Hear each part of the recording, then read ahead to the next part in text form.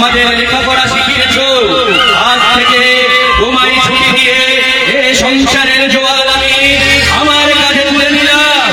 তোমরা হয়তো বলবে এত কম বেতনের চাকরি করে কি করে সংসার চালাবো, সেটা আমাকেই ভাবতে দাও বাবা।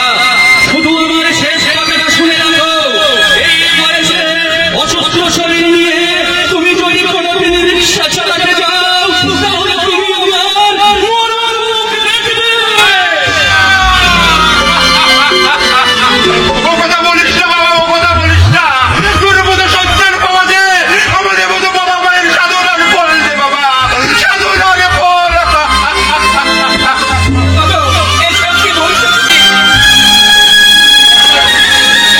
বলো, এরপর তুমি কি করে বলছো যে তুমি রিক্সা চালাতে যাবে? আমার ভুল হয়ে গেছে কমলা, আমার ভুল হয়ে গেছে। জীবনে প্রথমবার আমি এত বড় ভুলের শিকার হলাম কমলা। তাহলে তুমি প্রতিজ্ঞা করো জীবনে আর কোনোদিন ওই রিক্সা চালানোর কথা মুখে আনবে না। বলো বলো, আনবে না? অনেক সাধনা আছে, যে সাধনা আমরা করতে তার দেওয়া ভোগগুলো খেয়ে আমরা কোনোরকম প্রাণে বেঁচে থাকবো। তারপর কমলা আমাদের সেই পরম বাবা সন্তান।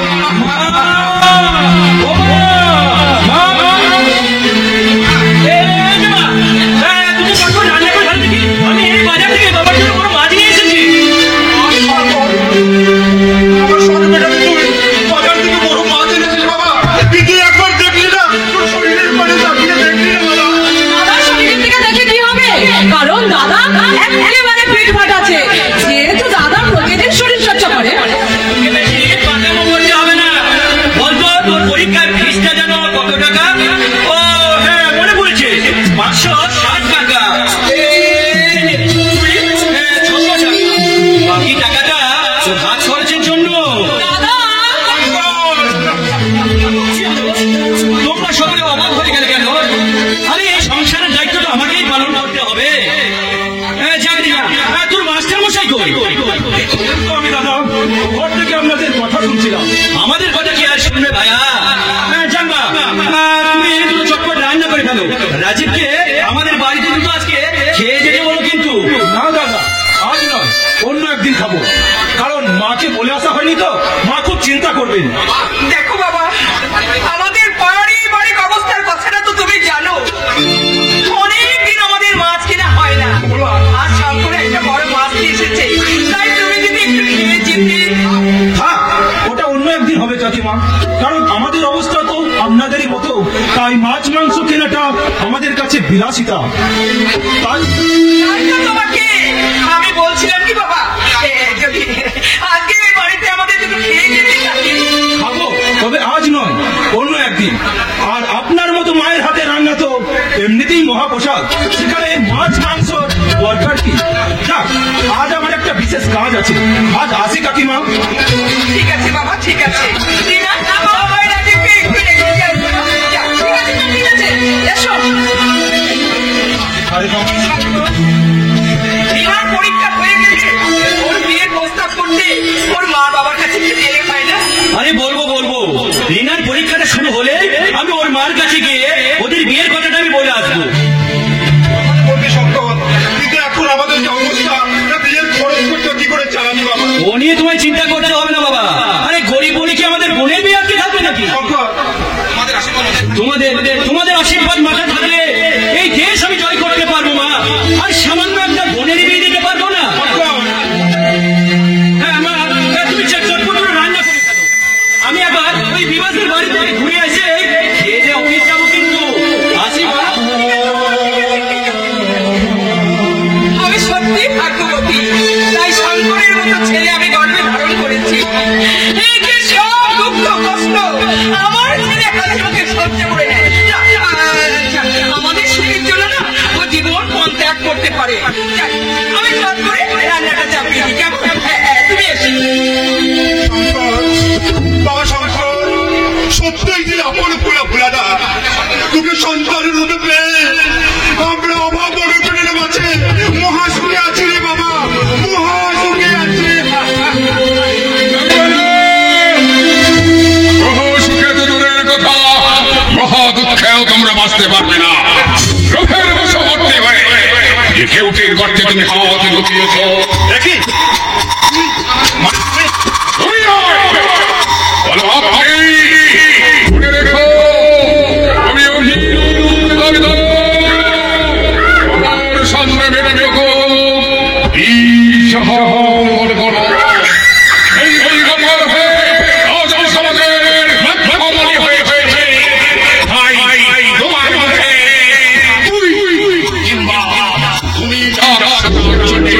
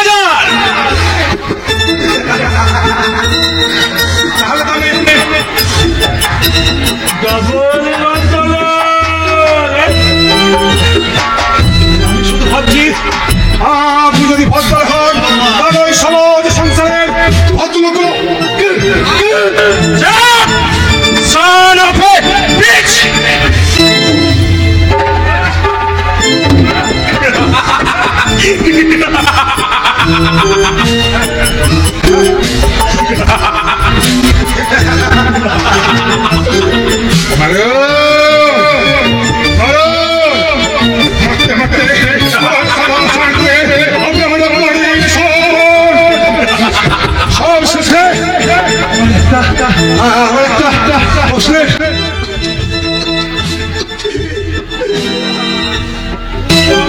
বাবু তোর কোন প্রশ্নের উত্তর আমি দেব না।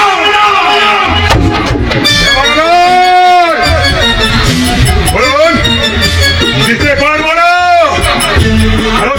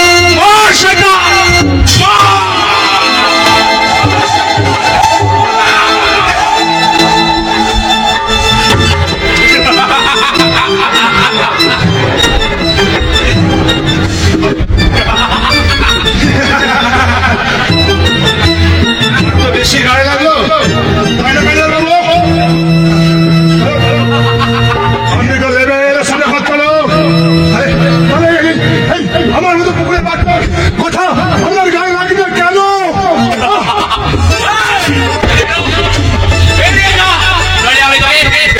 শেষ করে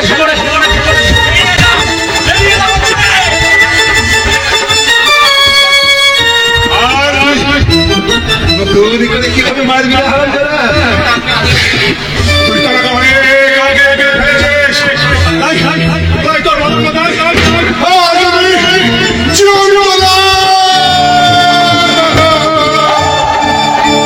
আর সেই জীবন তো আসে থাকবি কেন? তোর তো অনেক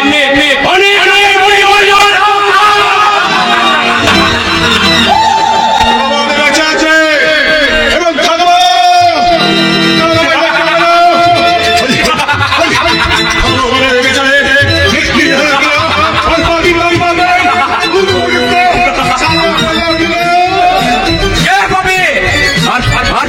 আর কি তার পাবে সাজা আমি জানি না। আমি শুধু চাই তোর মতো সমাজের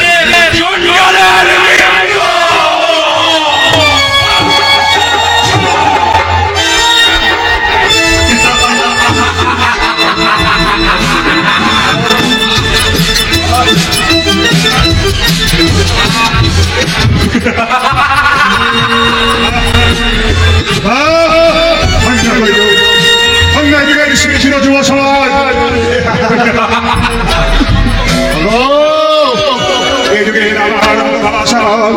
তোমরা কেমন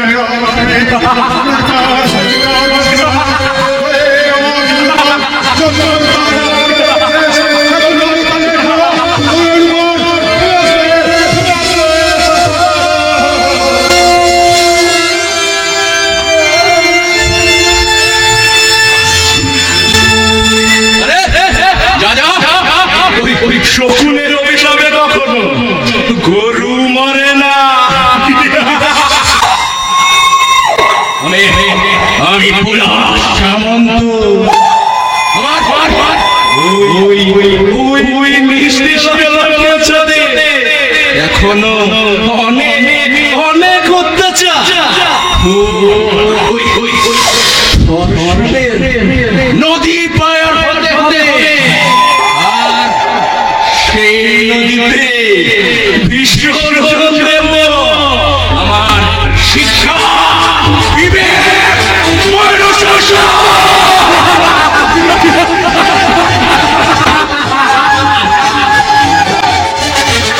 একটা মানুষের জীবন থেকে শিক্ষা বিবেক মনুষ্যত্ব বিসর্জন গেলে আর কি অবশিষ্ট রইল মিস্টার সামন্ত? আপনাকে তো ঠিক চিনতে পারলেন না তো? কারণ আমি আজ প্রথমেই হোটেলে পা রাখলাম একটা বিশেষ উদ্দেশ্যকে সফল করার জন্য। তাই নাকি? তাহলে কে আপনি আর কি আপনার এই উদ্দেশ্য? এসেছি সব কিছু বলার জন্যই। আমি হলাম তোমার দোষ। আরে কোথায়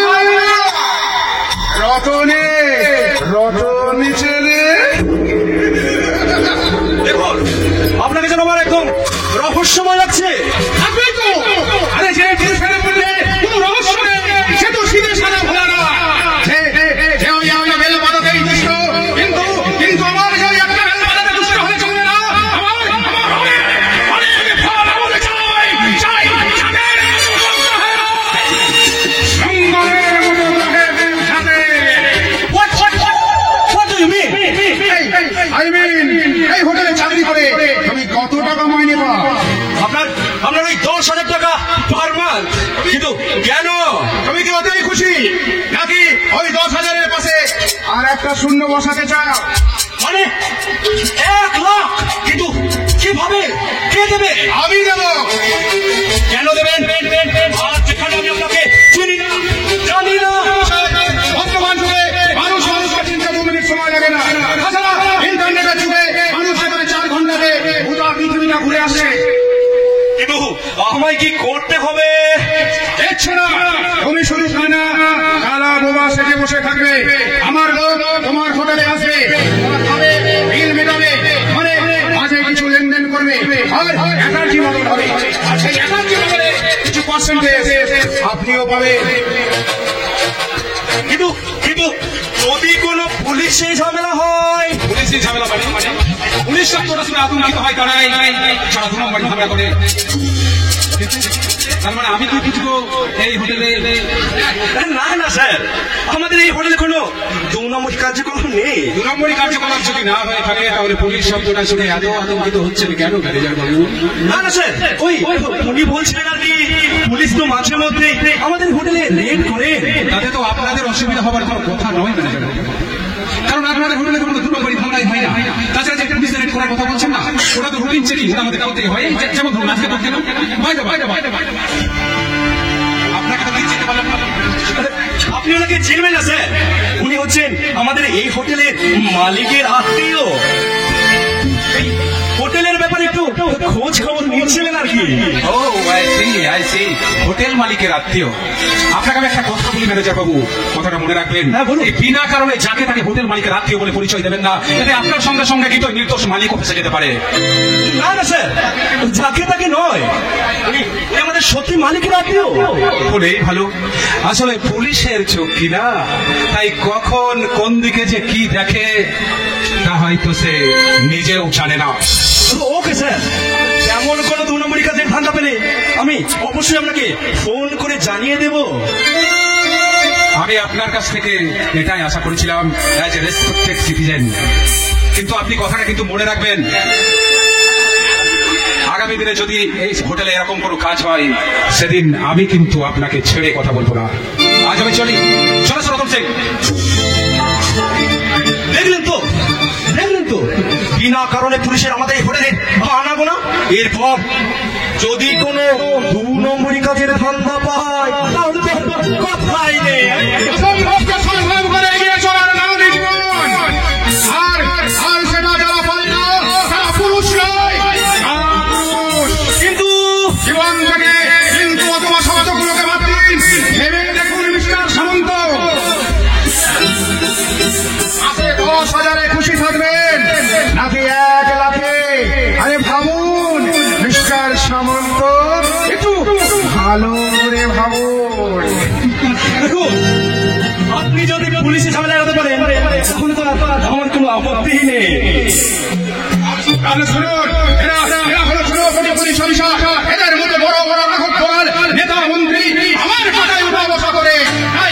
যে কোনো বিপদকে এই দলে এসে চূর্ণ করবে আমি জানি। আমি রাজি। তাহলে এই হোটেলের গোপন কক্ষে বসে একটু গোপন কথাগুলো আলোচনা করিনি? ওকে, তাই চলুন। আরে আমি প্রথমেই তো বলেছিলাম যে আপনি আমার দোসর। আরে জন্যই তো লোকে বলে এই রতনে রতন চেনে। শুয়ারে চেনে কচু।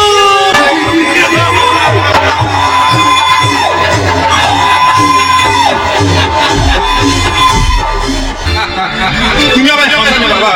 আমার মতো হত পবিত্র রিক্সাওয়ালা, আমার মানুষ, তার আমার মান সম্মান। আমি বুঝতে পারছি মেশমশাই, কতখানি অভিমান, দুঃখ, কষ্ট, যন্ত্রণা বুকে দিয়ে আপনি এই কথাগুলো বলছেন।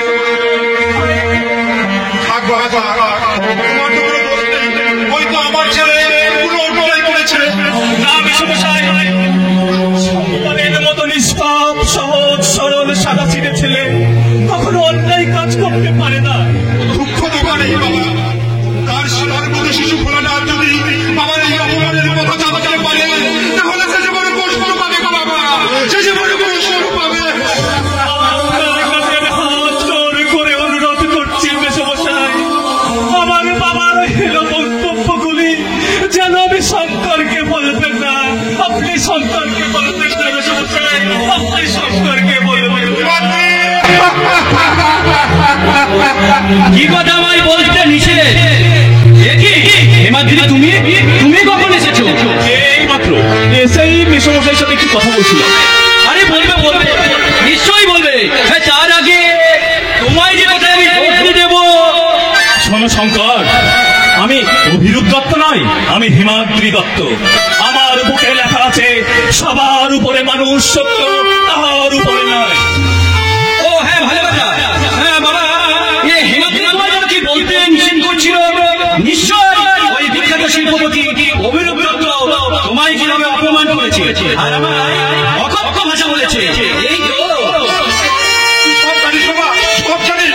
না জানা কি আছে বাবা, ওনার মহান মহাপুরুষের বাণী আমাদের মুখে, আমাদের মতো মুখে তো গাদা থাকবে।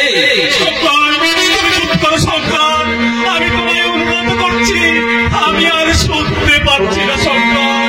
এই দেখো, এতে দুঃখ পাওয়ার কি আছে হিমাদ্রি? আরে আমি তো আর মিথ্যে কথা বলছি না। এই সমাজের আমরা যে জঞ্জাল, এটাই তো আমি কষ্ট ভাষা মুছে দিয়েছে। এতে তো আমি কত দুঃখ কষ্ট কিছুই পাইনি, আর পাওয়া উচিত নয়। বাবা, এই বাজারে নিয়ে যাও, দিয়ে আমাদের জন্য দু কাপ চা পাঠিয়ে দাও।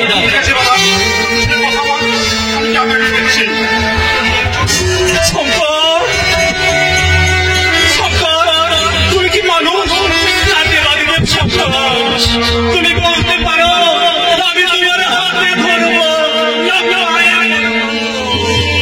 ছি, ছি, ছি, ভায়া, ও কথা বলতে নেই।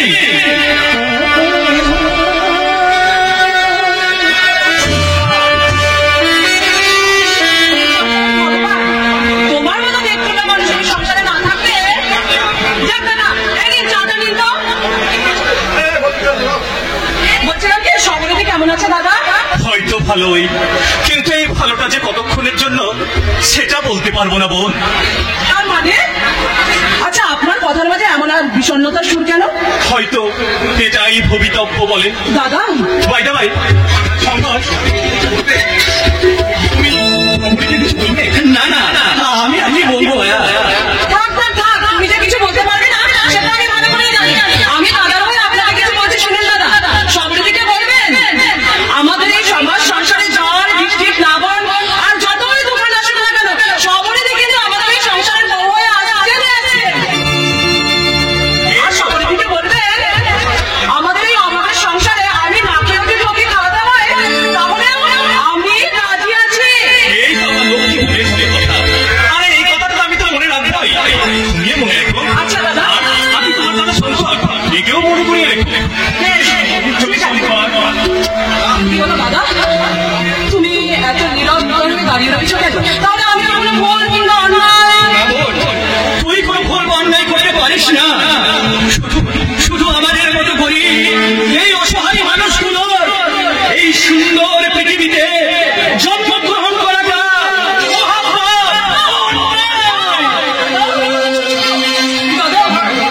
এ জগতে কেউ ধনী অথবা গরিব হয়ে জন্মায় না। মানুষ ধনী অথবা গরিব হয় তার নিজ কর্মফলে। কিন্তু আপনি কে?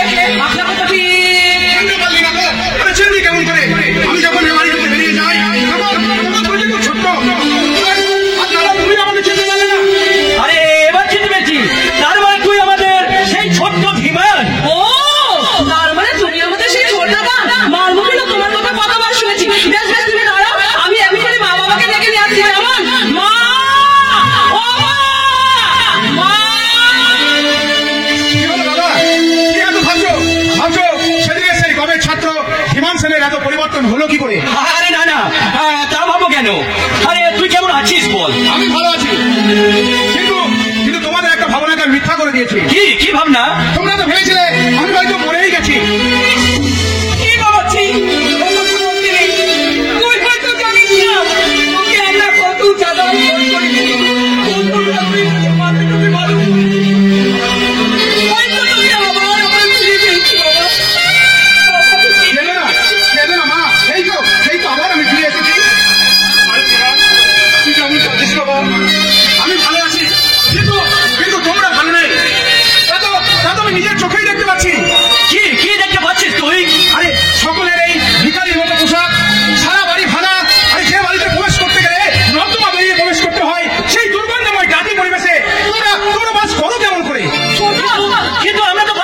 অভিমান, তাহলে তাহলে কি আমরা মানুষ নই? হ্যাঁ, সেটা সেটা ভেবে দেখতে হবে।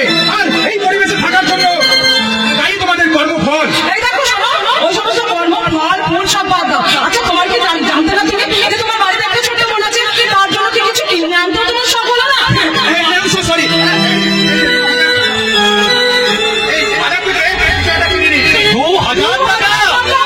এতে অবাক হওয়ার কিছু নেই।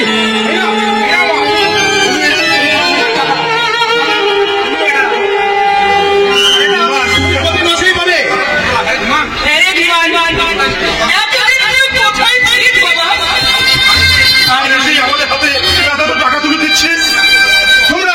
তোমরা সকলে খুব অবাক হলে, তাই না?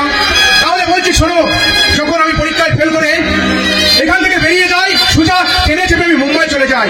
তারপরে সারাদিন কাজের চেষ্টা করতাম, আর রাত্রে ফুটপাতে ঘুমাতাম। তারপর হঠাৎ একদিন এক সহৃদয় ব্যক্তির নজর করলো আমাকে, আর তারই বদান্যতাতে আজকের আমি হতে পেরেছি। তোমার আমার অনেক কিছু ঠাকুর গেছে, তাই একটু বিশ্রাম নিয়ে কিছু খেয়ে তারপর এসব তুমি কি বলছো মা? এই বিশ্রাম খাওয়া দাওয়া আমি এখানে এই দুর্গন্ধময় নোংরা পরিবেশে? No never. I am so sorry মা। তাহলে তুই খাবে কি, থাকবি কোথায় রে বাবা? কেন? আমি হোটেলে রুম বুক করে এসেছি, সেখানে খাওয়া দাওয়া করে বিশ্রাম নিয়ে বিকেলে তোমাদের জন্য গাড়ি নিয়ে আসবো। হ্যাঁ, তোমাদের সবাইকে নিয়ে আমি একটু মার্কেটে যাবো, কারণ তোমাদের সকলকে এই পোশাকে দেখে আমার কেমন ঘিন ঘিন করছে। আরে সোজা তুই কি কোনোদিন আমাদের বাড়িতে আর ভাত খাবি না? খাবো, নিশ্চয়ই খাবো, তবে নতুন বাড়িতে উঠে যাওয়ার পর। নতুন বাড়ি? মার্কেটে আমি একটা নতুন বাড়ি নিয়েছি, বিকেলে মার্কেটিং করতে যাওয়ার সময় তোমাদের সকলকে আমি নিয়ে যাবো। তোমরা কিন্তু সকলে রেডি থেকো, আমি এখন চলি। কিরে শঙ্কর, যাবি তো? না মা, তোমরা তো সবাই যাচ্ছ, আমি গিয়ে আর কি করবো বলো? কি করবো মানে দেখবি? আরে বাবা, কত দামের বাড়ি, একটা পছন্দ অপছন্দের ব্যাপার না। তোমাদের পছন্দ হলেই তো হবে বাবা, আমার আর অপছন্দের কি দাম আছে বলো? যেখানে কিছু টাকা দিয়ে আমি সাহায্য করতে পারবো না। সাহায্য করতে পারবো নয়, ফোন করবি না। তার কারণ ছোট ভাই অত টাকা দিয়ে বাড়ি কিনছে, তাই তুই হিংসায় চলে যাবি। মা, এসব কি বলছো তুমি? আমি ধীমানের উন্নতিতে হিংসাই বলছি। আমাদেরকে বলে, তুই আমাদের সঙ্গে যেতে চাইবি না কেন? দাদা, চলো আমরা কিন্তু কোনো কথা শুনবো না। আমাদের সঙ্গে তোমাকে যেতেই হবে, যেতেই হবে, যেতেই হবে। কেন অনুরোধ করছিস না? ও যখন যাবে না বলছে, তখন কিন্তু যাবে না।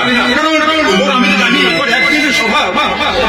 একদমই স্বভাব নয়, এই স্বভাবটা ওর এখনই হয়েছে। তবে তোকে আমি একটা কথা বলে রাখছি, শোন। ভাইয়ের উপর দাদার এই হিংসে, এটাই মোটেই কিন্তু ভালো নয়।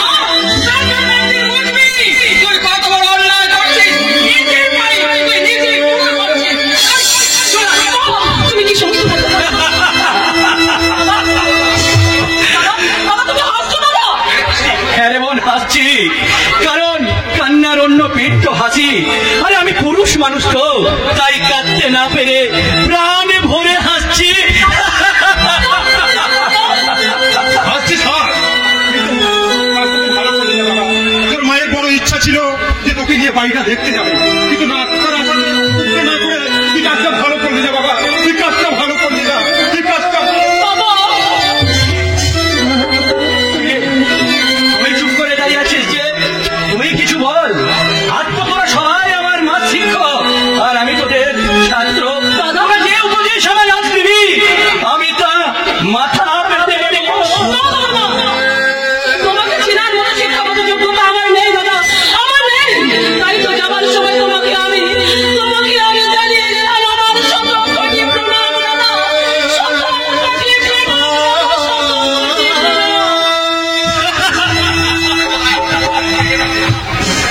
এই একদাই ভারতবর্ষের বুকে দাঁড়িয়ে সম্রাট আলেকজান্ডার বলেছিলেন, সত্য সেবকা কি পৃথিবী এই যে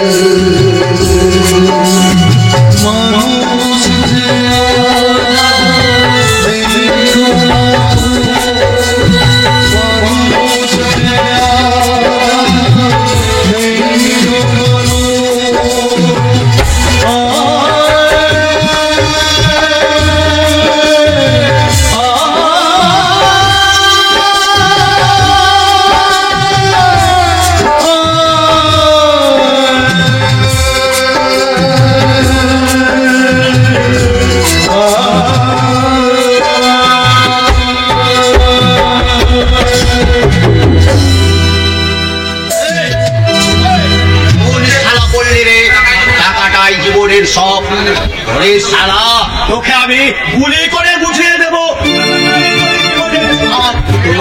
তাহলে আমার দিদি কোটিপতির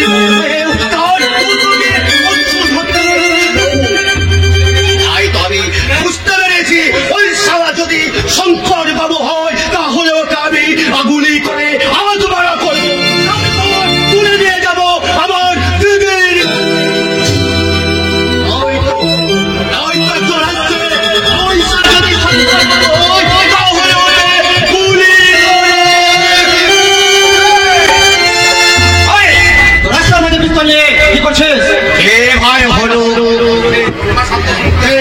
তোমার সব প্রশ্নের উত্তর দিতে হবে।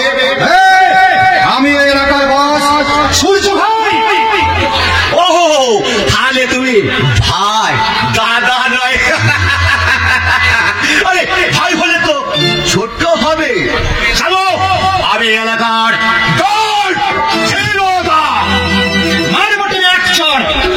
সারা তুই একটা বাচ্চা চোর হয়ে আমার সাথে আঁকি মারছিস। ইয়ার কি? আরে তুমি আমার ইয়ার না দোস্ত। সারা না জামাই বাবু যে তোমার সঙ্গে আমি ইয়ার কি মারবো? বেশি তাই কি দেখো না সূর্য ভাই? তাহলে আমার এই পিস্তলের গুলিতে তবে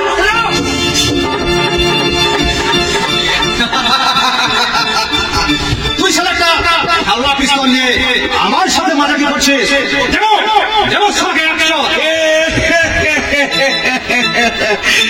আরে এটা তো সত্যি ভেবে কুগি লেগে আছে।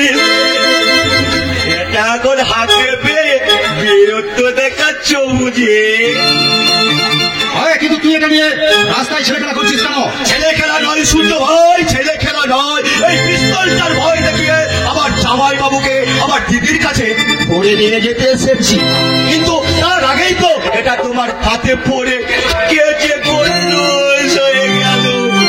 আচ্ছা বল, তোর জামাই বাবুর নাম বল। সূর্য শঙ্কর। পুরো নাম ফেলে বল, তারপর দেখি সারা কেমন করে বউ বাচ্চা ফেলে পালিয়ে বেড়ায়। আরে কেন? আরে বউ বাচ্চা আমার কোথায় থেকে গেল? আমার তো এখনো বিয়েই হয়নি। তাহলে শঙ্কর তোর জামাই বাবু হলো কিভাবে? নিশ্চয়ই তোর দিদি আর হবু জামাই বাবু ডুবে ডুবে জল খাচ্ছে। আরে ডুবে ডুবে জল খেতে যাবে কুন্দুককে? আমি শুধু না, আমার ওই আনারি বাবুটাকে জানাই। তার মানে তোর দিদির বাবা এই বিয়ে দিতে চাইনি, তাহলে তুই শঙ্করকে নিয়ে কি করবি? আমার দিদির চোখের জল মুছিয়ে দেবো সূর্য ভাই, আমার দিদির চোখের জল মুছিয়ে দেব একমাত্র আমার জামাই বাবু আমার দিদির চোখের জল মুছাতে পারবে।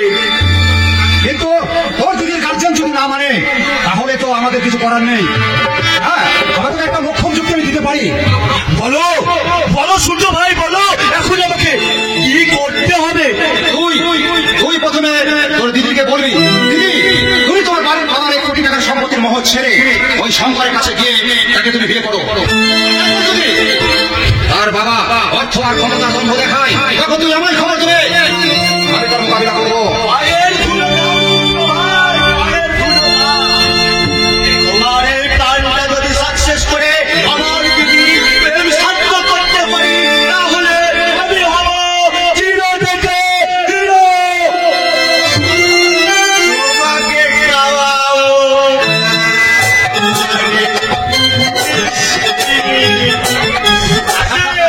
আসি সূর্য ভাই, আসি। সত্যি একটা পাগল, মুসির চোটে এই খেলনাটা নিয়ে যেতে ভুলে গেল। হ্যাঁ, কিন্তু ওর দিদির জন্য তো আমি যুক্তি দিলাম, কিন্তু আমার বলছে তা কি হবে? তাকে যে আমি ছোট থেকে মানুষ করেছি, লেখাপড়া শিখিয়ে নিজের বোনের মতো বড় করেছি, তাকে সারা জীবন এই বেজন্মা দাদার বোন হয়ে থাকবে। সেই বেজন্মার পরিচয় আমি লজ্জা পাই না দাদা। এই সারা বস্তিবাসী যদি তোমার বেজন্মা পরিচয়ে তোমাকে ভগবান মানতে রাজি, তাহলে আমি তোমার সেই পরিচয়ে গর্বিত দাদা। কিন্তু ওই গর্ববোধ নিয়ে তো সারা জীবন বাঁচা যায় না সানিয়া। দাদা প্রত্যেক দাদারই ধর্ম তোর সুখের সংসার করে দেওয়া। কিন্তু কিন্তু আমার প্রকৃত পরিচয় জানলে কি আমায় বিয়ে করবে দাদা? ওরে সানিয়া, মনে রাখিস এই জগতে যেমন শয়তান বেঈমান আছে তেমনই আছে প্রকৃত ভালো মানুষ। তাই সেই প্রকৃতির নিয়মে যেমন আকাশে চন্দ্র সূর্য ওঠে, আর সেই প্রকৃতির নিয়মেই আমি একদিন তোর সুখের সংসার করে দেবো রে সানিয়া। দাদা, আমার মেয়ে সেই দাদা। এবার বল, তুই হঠাৎ এখানে কি করছিস? তোর হাতে এই খালি ব্যাগ কেন? দাদা, সারা বসতে খেয়াল রাখতে যে ব্যস্ত, তার বাড়ির বাজারের ব্যাগ ভর্তি হবে কি করে? বেশ ঠিক আছে, যা হওয়াটা হয়ে গেছে। তুই যখন খালি হাতে চলে এসেছিস, কিছু টাকা নে, এই টাকাটা নিয়ে তুই তোর মনের মতো বাজার করবি। হ্যাঁ, আর তোর তোর সুন্দর করে রান্না করবি। আজ কিন্তু আমি আমার এই মিষ্টি বোনের হাতে মিষ্টি রান্না খেতে আসবো। হ্যাঁ, তুই বাড়ি চলে যা, আমি আসছি কিন্তু। তুমি যে আসবে না, সময় মতো আসবে না, সেটা আমি খুব ভালো করে জানি। কারণ কারণ এমন মিষ্টি মিষ্টি কথা বলে যাওয়ার পর আমি কত দিন দিন ভাতে থালে চোখে জল ফেলি, কতদিন যে কান্না করেছি। আর তোর কান্না হবে না সুন্দরী, আমি এসে গেছি। চলো, তুমি রান্না বান্না করবে, আমি তাই হেল্প করবো। তারপর দুজনে খেয়ে একটু শুয়ে কথাগুলো বাড়ি গিয়ে তোর বোনকে বুঝিয়ে বলবি, কেমন? বোনের কথা বললে আমার অন্য গায়ে লেগে গেল, তাই না?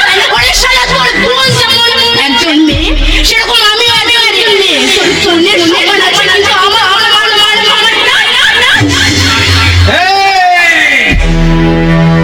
এই দেবী সব হয়ে গেছে,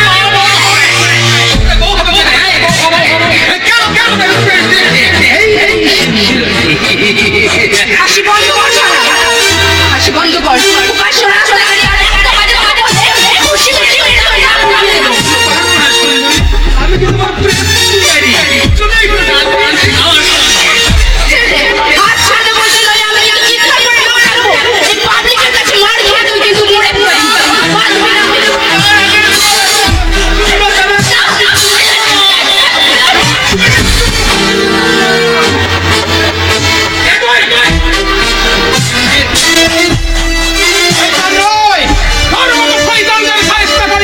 আমি ভগবান।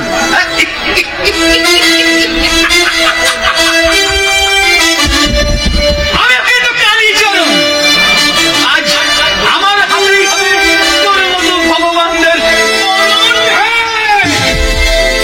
আর এক মাঝি এলে তোকে আমি গুলি করে ঠাকরা করে দেবো। যদি প্রাণে বাঁচতে চাস তো এখান থেকে চলে যা, নইলে তোর মতো একটা কুকুরকে মারতে আমার হাত এতটুকু কাঁপবে না রে শয়তান। মনে রাখিস, আমি কিন্তু কালীচরণ। এর সেদিন আসবো, সেদিন কিন্তু আমার হবেই হবে। যা যা। আপনি সময় মতো না এলে শয়তানটা হয়তো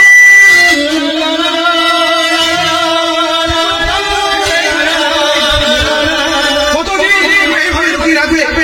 সূর্যকে বলে একটা বিয়ের ব্যবস্থা। কিন্তু আমার মতো এক পরিচয়হীনাকে বিয়ে করবে কে বলুন তো? এমন মহান পাত্র কে আছে? আমি করবো, আমি তোকে রাজি করাবো। শুধু তুমি অমত না করো। অমত কি বলছো? তোমাকে তোমাকে জীবন সঙ্গিনী রূপে পেয়ে আমি যে ধন্য হয়ে যাব। সানিয়া, আমার মিষ্টি সানিয়া। তোমাকে তোমাকে তোমাকে আমি জীবন সঙ্গিনী হিসেবে পাবো। তাই তাই আমার জানো না, চিৎকার করে বলতে ইচ্ছে করছে, তুমি আমার জীবন সাথী, তোমায় আমি ভালোবাসি, তুমি আমার সূর্য সোনা, তুমি চাঁদের মাঝে, তুমি আমার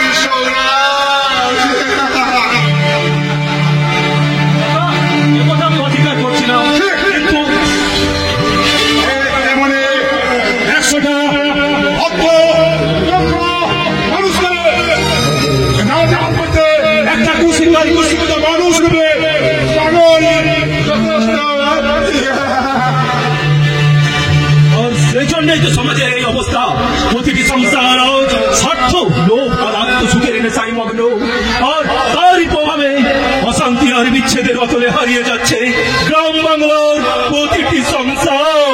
সেই জীবন্ত সংসারগুলিকে ভাসিয়ে রাখতে তোমার কাছে কি কোনো ঔষধ আছে রাজি? আপনার মতো বিয়ের ফেরত ডাক্তার যে রোগ সারাতে ব্যর্থ, সেখানে আমার মতো একটা হাতুড়ে ডাক্তারের পক্ষে বর্তমান যুব সমাজের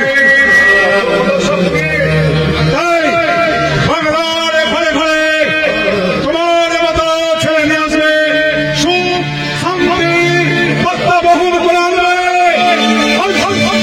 এই কোন ছেলে এই জীবন সংগ্রামে আমি এক পরাজিত নায়ক, সে নিজের সংসার নয়, ওই অন্ধকার করার রাস্তাটি বাঁচাতে পারে না। কিভাবে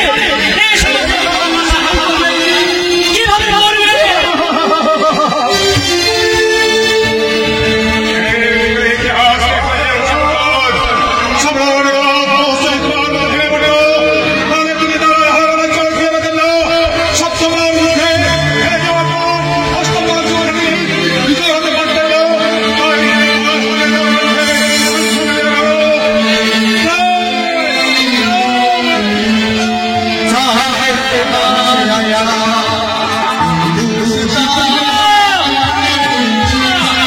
আপনার এই সংসারকে সফল করতে বাংলার বুকে চাই আর আরাধিত বিনোদিত ঈশ্বরচন্দ্র বিদ্যাসাগর রাজা রামমোহন রায়।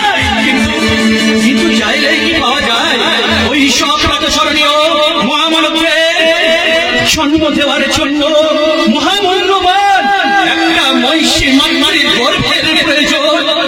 আপনি একদম সঠিক কথা বলেছেন দাদা, কিন্তু বর্তমান সমাজে সেই সব মেয়েরা বড়ই দুর্লভ। হ্যাঁ, যাক যাক, বাদ ওসব কথা রাজি। বলো মাসিমা কেমন আছে, মানে তোমার মা কেমন আছে? ভালো ভালো আছে দাদা, কিন্তু আপনারা সবাই ভালো আছেন তো? ভালো শুধু ভালো নয় রাজি, বড্ড বেশি ভালো আছি। জীবনের আর্থিক কৌলীনতায় নতুন বাড়ি গাড়ি কেনা হয়েছে, টাকার মৎসবে সংসারের সকলের পোশাক আশাক যার চলন কথাবার্তা সবকিছু যেন বদলে গেছে। শুধু আমি বদলাতে না পেরে ওই সংসারের পড়ে পড়ে আছি অপ্রয়োজনীয় মরা ছাগলের মতো। সেই পরিবর্তনটা আমিও দেখছি দাদা, আমি সবই জানি, কিন্তু কিন্তু কিন্তু তুমি আমাদের বাড়ি আর আসছো না কেন রাজি? গিয়ে কাজ কি দাদা? কাকা কাকিমারি যেন কথা বলার ইচ্ছাই নেই। রিনা তোমায় চিনতেই পারে না, সব সময় ব্যস্ত থাকে। রিনা কিসের এত ব্যস্ততা রাজি? নাচগানের নতুন মাস্টার ও বন্ধু পুলক সামন্তর সঙ্গে বেড়ানোর, কিন্তু বন্ধু পুলক সামন্তর কুকীর্তির ইতিহাস ভুলে যাও রাজি। আমি যেমন সব ভুলতে বসেছি, তেমনি তুমি সব ভুলে যে যার কাজে মন দাও। মানুষ যখন মায়ের বশবর্তী হয়ে পড়ে, সে তখন কাউরের সদ উপদেশ নিষেধ বারণ কিছুই শোনে না। তাই বলে দাদা এইভাবে মেয়েটা শেষ হয়ে যাবে? হয় এটাই অনুভূত। আমি নিশ্চিত একদিন ওকে চরম আঘাত সহ্য করে তোমার কাছে ওকে ফিরে আসতেই হবে।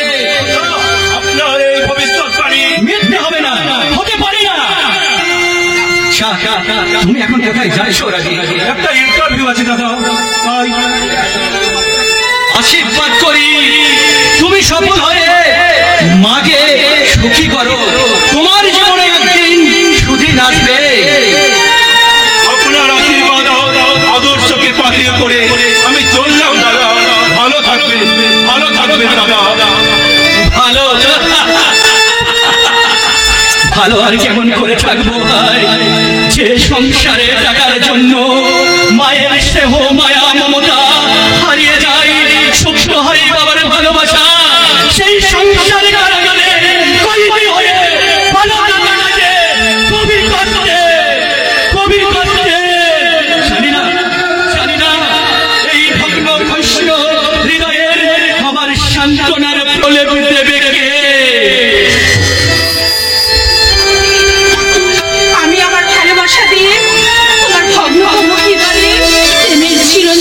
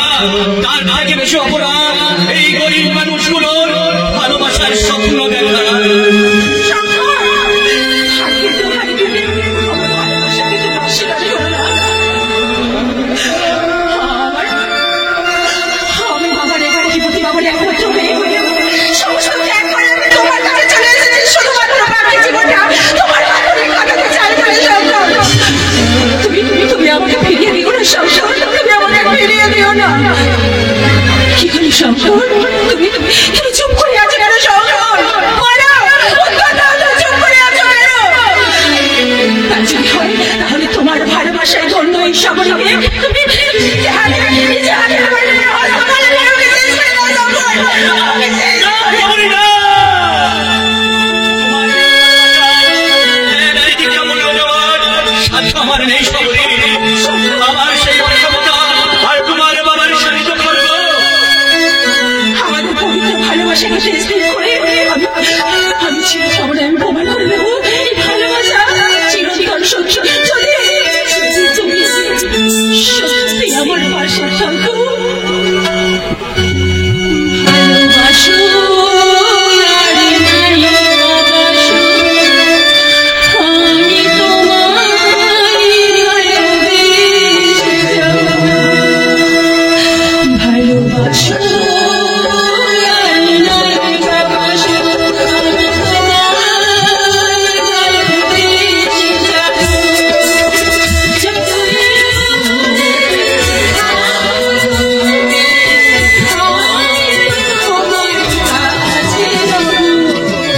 ভালোবাসো ভালোবাসো,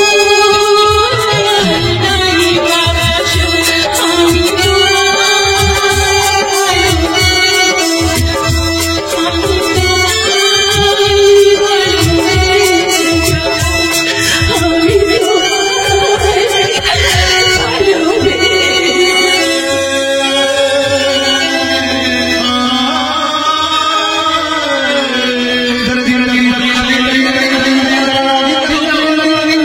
তুমি শুধু আমার সবরি, তুমি শুধু আমার।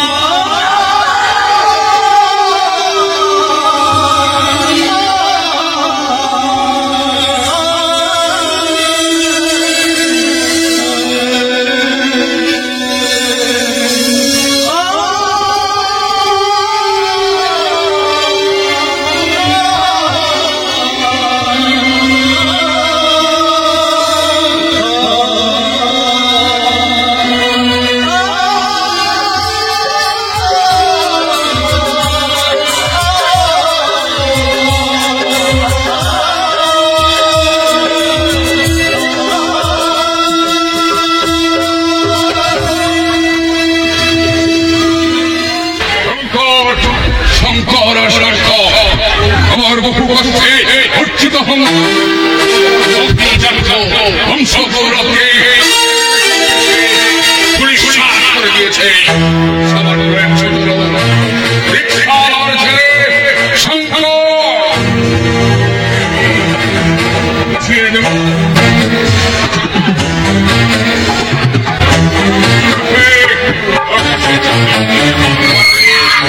দাউদ করা যায় না, উল্টে নিজের জীবন। কার জীবন বরবাদ করবেন স্যার? সুখের সত্যি জীবনটাকে দুঃখে কষ্টে যন্ত্রণায় সম্পূর্ণকে ডুবাতে চাইছে। কিন্তু যতদিন না তার কোনো সন্ধান পাচ্ছেন,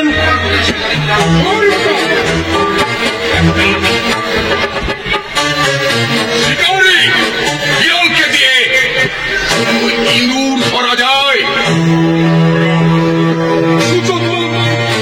বুদ্ধিমান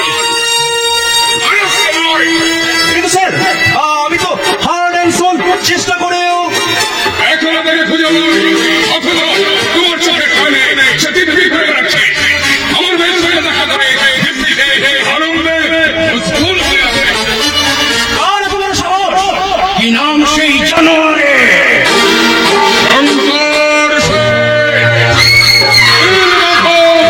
সেনের ছেলে। ও আই সি, ওকে আমার একবার সন্দেহ হয়েছিল, কিন্তু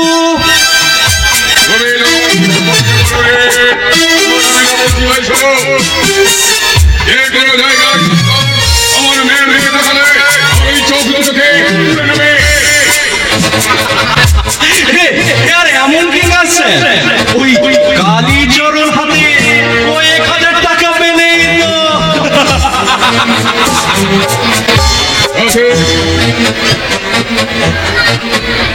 যদি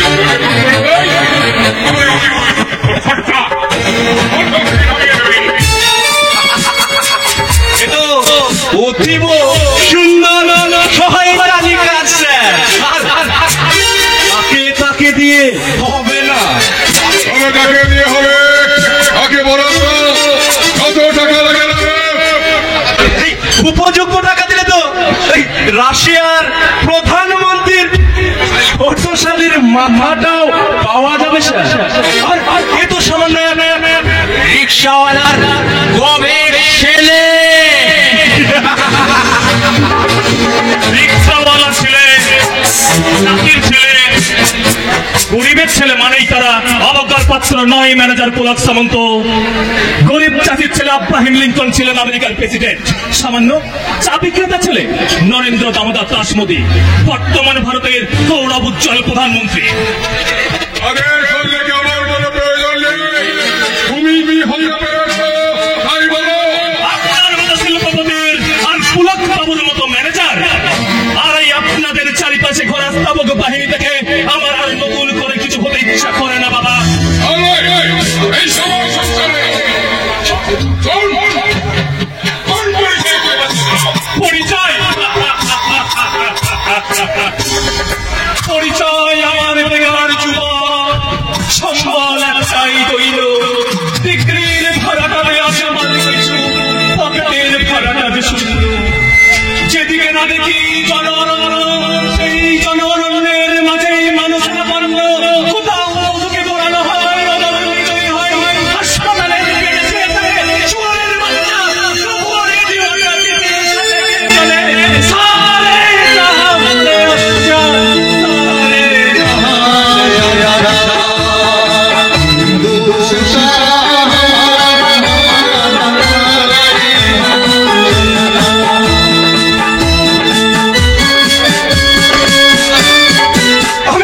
আমি বুঝতে পারছি না দাদা, আপনি একজন কোটিপতি বিজনেসম্যানের ছেলে হয়ে এরকম ভাবে ঋণহীন ভাবে জীবন কাটাচ্ছেন কেন?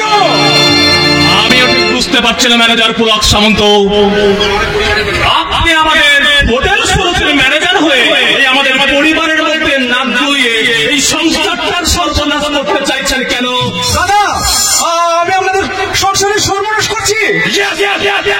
চাইছেন সংসারের সব কথা শুনে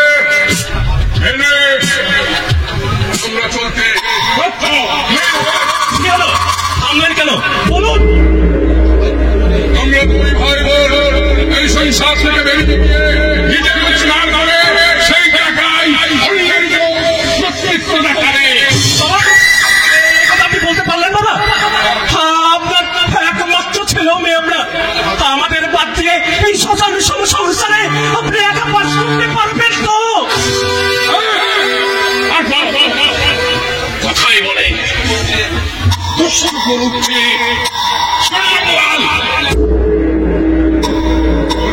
ভালো বাবা,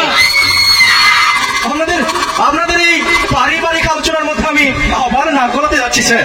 দয়া করে ও কথা বলবেন না।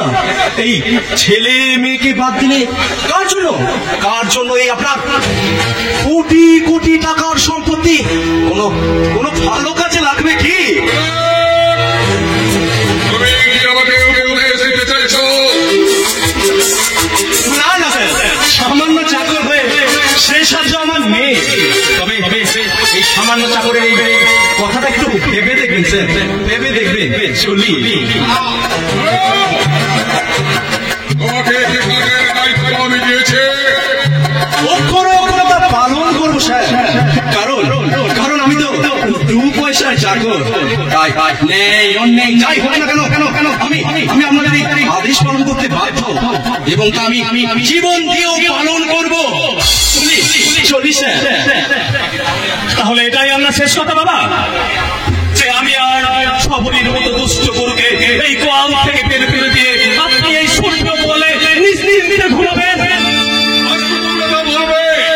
আজ যে তোমরা বড় হয়েছ, লেখাপড়া শিখে সুখে খাওয়ার সক্ষমতা অর্জন করেছ, কিন্তু ছোটবেলায় নাই যখন তোমার মা মারা গিয়েছিল, তখন আমি নিজে বিয়ে না করে তোমাদের দুই ভাই বোনকে কত আদরে বাবার শেখাবো।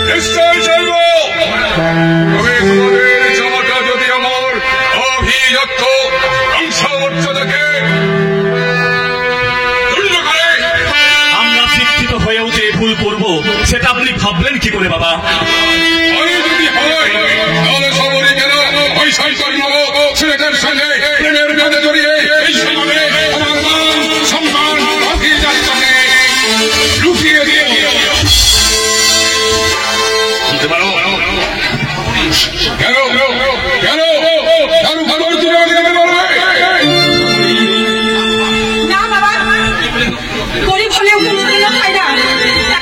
একালে তুমিও বলেছিলে আজ ভাগ্যের ফেলে তুমি কোটিপতি হয়েছো, একদিন একটা দিন আসবে সংসারে যে কোটিপতি হবে না, তাই কি কোনো গ্যারেন্টি তুমি দিতে পারো? নিশ্চয়ই বলবো, প্রত্যেকের ভাগ্যে কোনদিন অনাদিনের আশ্চর্য প্রদীপ জ্বলে না। আপনার কথা যেমন সত্য তেমন সবরই কথাগুলো মিথ্যা নয় বাবা। ভাগ্যের জোরে ওই শঙ্কর হয়ে উঠতে পারে একদিন আপনার চেয়েও ধনী। কিভাবে? ওই অনাদিনের আশ্চর্য প্রদীপ পেয়ে না, চিচিং পাহাড়ের গুহা দিয়ে কোনটাই নয়। তবে শঙ্কর যদি কোনোদিন ওর বাবার চুরি যাওয়া সম্পত্তি ফিরে পায়, কোনদিন ফিরে পাবো। ৩০ বছর ধরে যে সেবা করে যখন সে ফিরে পাইনি, ৩০ বছর আপনি জানলেন কি করে বাবা? আমি তো বলিনি। তাহলে তাহলে নাকি ওই পোশাক পরা শয়তানের পোশাক পরা যে করেছিল তাকে আপনি জানেন? সবাই মানে গল্প করে আমাকে যদি ফল করে দিতে পারবে না, আমি আমারও বংশ ভট্টাকে আকাশ চুক্তি করেছি। সেখানে যদি কেউ আমি বাবা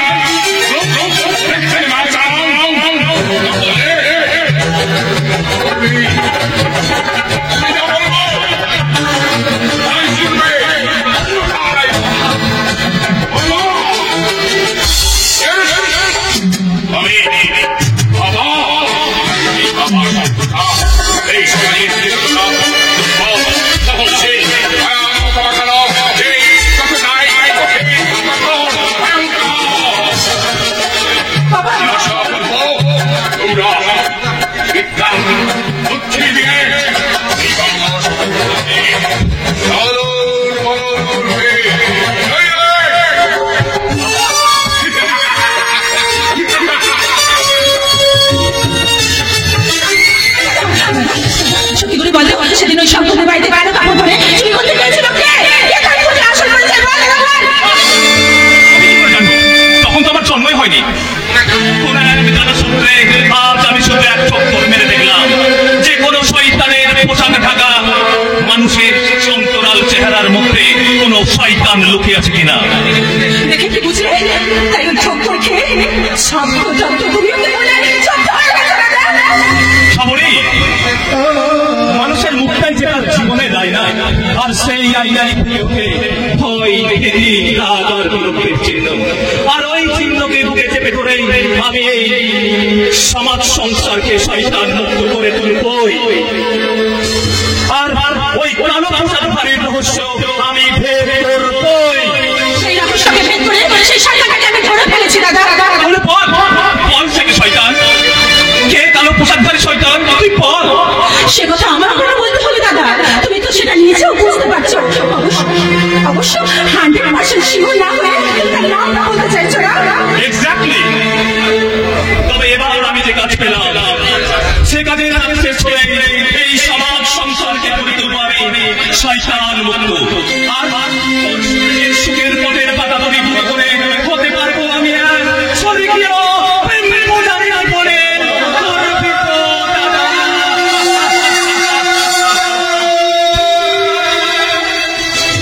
ঈশ্বর তোমার মনোমান সামন্য করে না জানি না, তবু তোমার ঈশ্বরকে ডেকে বলবো, হে করুণা সাগর, তুমি আমার দাদাকে সর্বস্ব দিয়ে রক্ষা করো। বাবার মিষ্টি কুটো যেন আমার দাদার গায়ে আঁচড় না লাগতে পারে। কারণ আজকে আমি বাবার ভয়াবহ রূপ দেখেছি। সেই তাই তো আমার বুদ্ধি ইচ্ছে করছে কণ্ঠ আমার আজকে বাসি সঙ্গীত ধারা আমার উৎসার ধারা লুপ্ত হয়েছে আমার ভুবন স্বপ্নের তরে তাই তোমায় সুচলে যারা বায়ু ছড়িয়েছে তার ভাইছে আলো তুমি কি তাই করেছ ক্ষমা এসেছো ভালো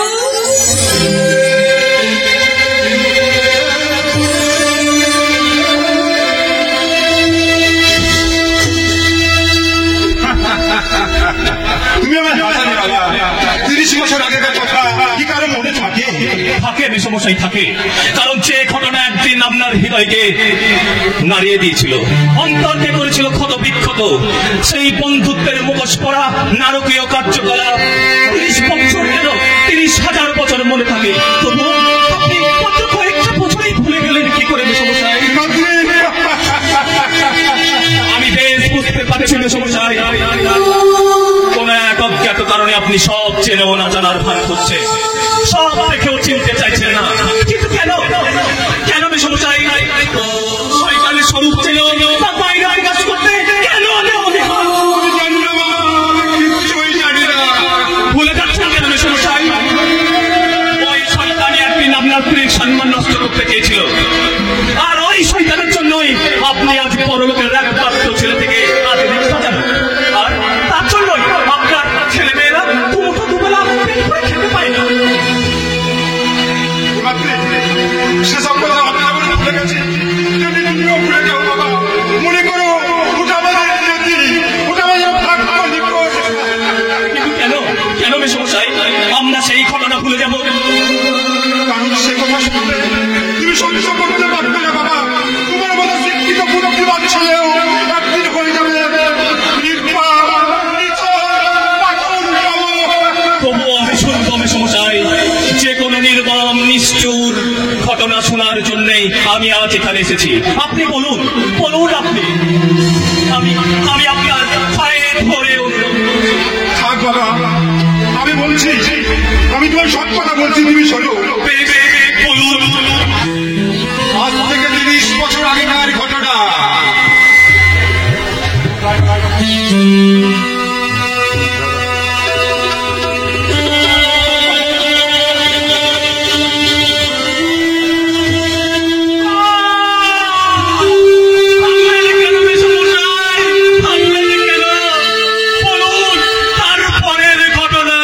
তারপরের ঘটনা কি আমি তোমার বলার প্রয়োজন আছে বাবা? তারপরে যা করেছে সেটা তো তুমি বুঝতেই পারছো, আর এখন যা করছে তাহলে তোমার চোখের সামনেই করছে বাবা। তাই বলে এমন একটা পৈশাচিক ঘটনার নীরব সাক্ষী হয়ে আপনি 30 বছর কাটালেন কি করে বিষমশাই? আমি তো 30 বছর পর তোমার কাছে মুখ খুলেছি বাবা। আমার মতো অনেক মানুষ আছে যারা আমার মতো হাজার দুঃখ কষ্ট যন্ত্রণা ভোগ করে সর্বশান্ত হয়ে প্রতিবাদের ভাষা হারিয়ে কালো কালা উপবাস করে মৃত্যুর মতো থাকতে হয়। মনে করো এটা আমাদের মতো মানুষের লড়াই করে বাবা, আমাদের মতো মানুষের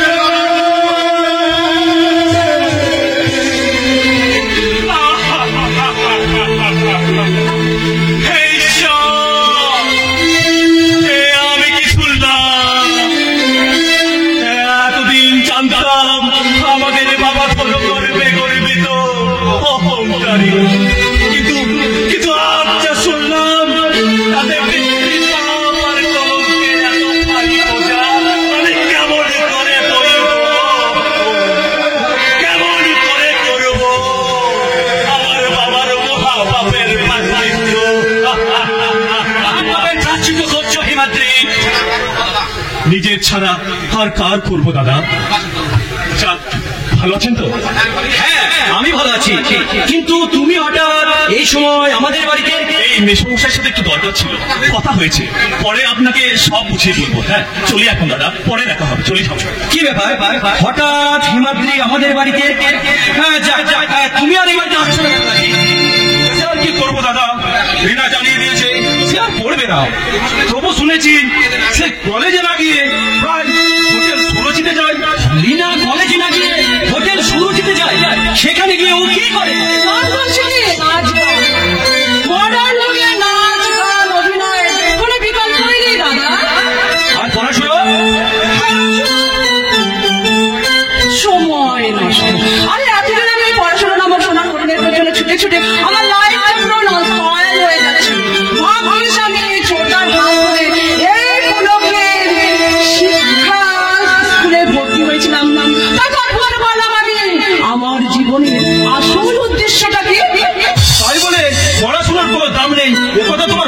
কেন?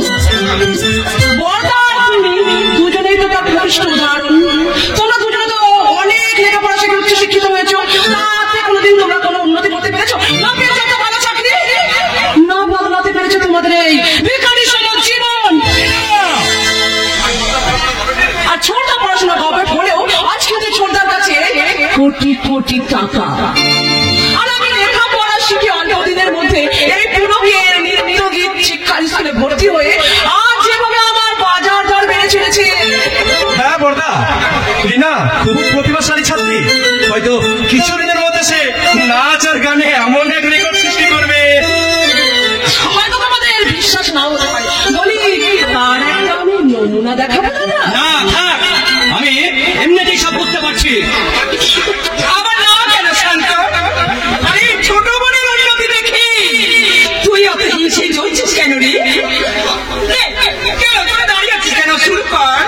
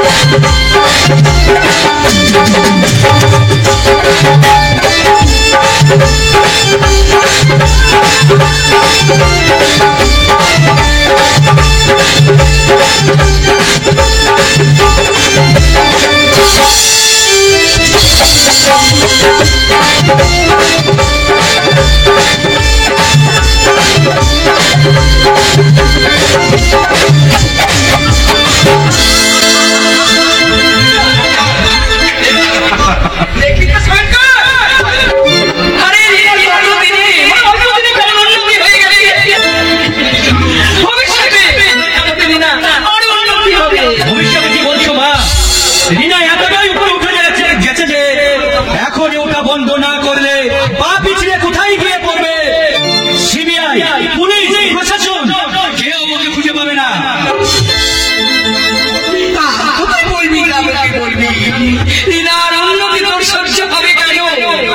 তার কারণ আমাদের উন্নতি দেখে তুই হিংসায় চলে মরছিস, আর রিনার উন্নতি তোর একেবারে চকচক সর হয়ে দাঁড়িয়ে। কি বলছো তুমি? আমি জীবনের উন্নতিতে হিংসায় চলছি? একটু সরল হতে শেখ বাবা, নইলে তোর সরল আজকে কেউ রোধ করতে পারবে না। আমার একটাই অনুরোধ, তুই নিজে যেমন উচ্চনে গাইবি, তেমনি এই রিনাকে যেন তোর পথের দূষণ করবি না।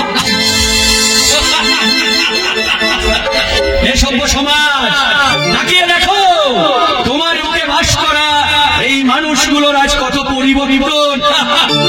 এই পরিবর্তনশীল জগতে মানুষের তো পরিবর্তন হবেই বড়দা। বলে মানুষ কি চিরকাল বন জঙ্গল পাহাড়ের গুহায় উলঙ্গ হয়ে বাস করবে মডার্ন ইন্টারনেটের যুগে? আমরা যেমন পরিবর্তন হয়েছি তাই বলছি বলছা তুমি নিজেকে পরিবর্তন করো, তা নাহলে কিন্তু তোমাকে ভুগতে হবে, ভুগতে। রিনা যেমন চোরা নেই শোনে ধর্মের বাণী, যেমন সব টেবিলের ভ্যাগাবেলরা বুঝবে না এই মডার্ন কালচারে কি কথা। আজ তাহলে তুমি সন্ধ্যায় আমার হোটেলে আসছো, এখন তাহলে আমি চলি। বাই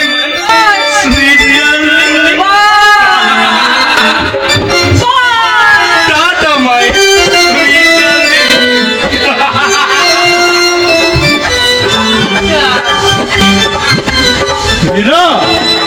তোমার উন্নতি দেখে আমি খুব খুশি হয়েছি। এতদিন জানতাম মানুষ যে সিঁড়ি উপরে ওঠে, উপরে উঠেই যারা এই নিচের কথা ভুলে যায় তাদের কি বলে জানো? তাদের বলে বেঈমান। কাছে শিখে গেলাম এই মডার্ন কালচারের তাদের বলে প্রগতির পথে আসি বর্দা। আমি বুঝতে পারি না বর্দা, তুমি ধীমান সেনের দাদা হয়ে আমি মডার্ন কালচার ব্যাপারটা সহ্য করছো কি করে? গুলোই ছিল তোর শিক্ষাগুরু, তোর চলার পথের পথ প্রদর্শক। আমার জীবনের ভুল, আর সেই ভুল থেকে আমি শিক্ষা নিয়ে আজ আমি মডার্ন কালচারে যুব সমাজের আর নিয়ন্ত্রী সুইসাইড মেগাস্টার।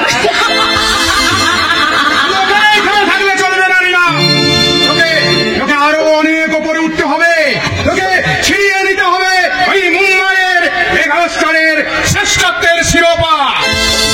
চোরদা, তুই যে একেবারে ধরা চোরা পড়ে যে, তা কি ব্যাপার রে? ব্যাপারটা খুব সামান্য, এই দেখ।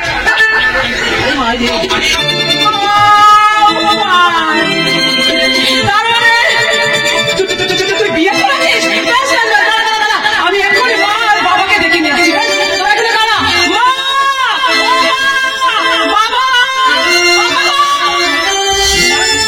তুই বাবা মাকে না জানিয়ে বিয়ে করেছিস? হ্যাঁ, হঠাৎ করে হয়ে গেল বিয়েটা, তাই কাউকে কিছু জানাতে পারিনি। আপনি নিশ্চয়ই বর্দা?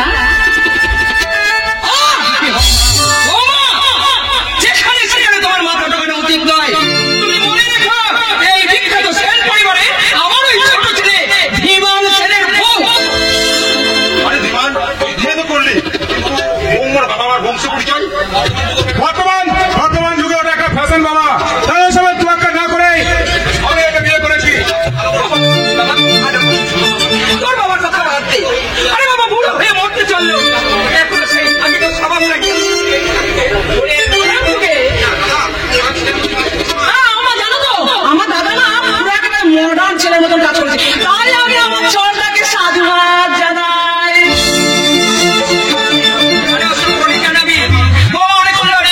ওদেরকে নিয়ে তুই ওদের ঘরে নিয়ে যা। ওকে মা, ওকে চলো।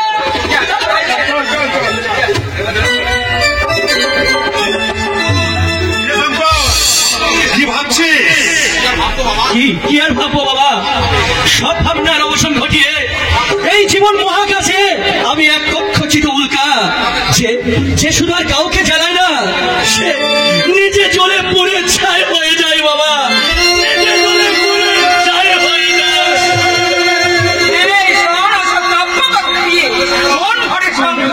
কিন্তু পেট ভরে না, আর জীবনটা চলে না।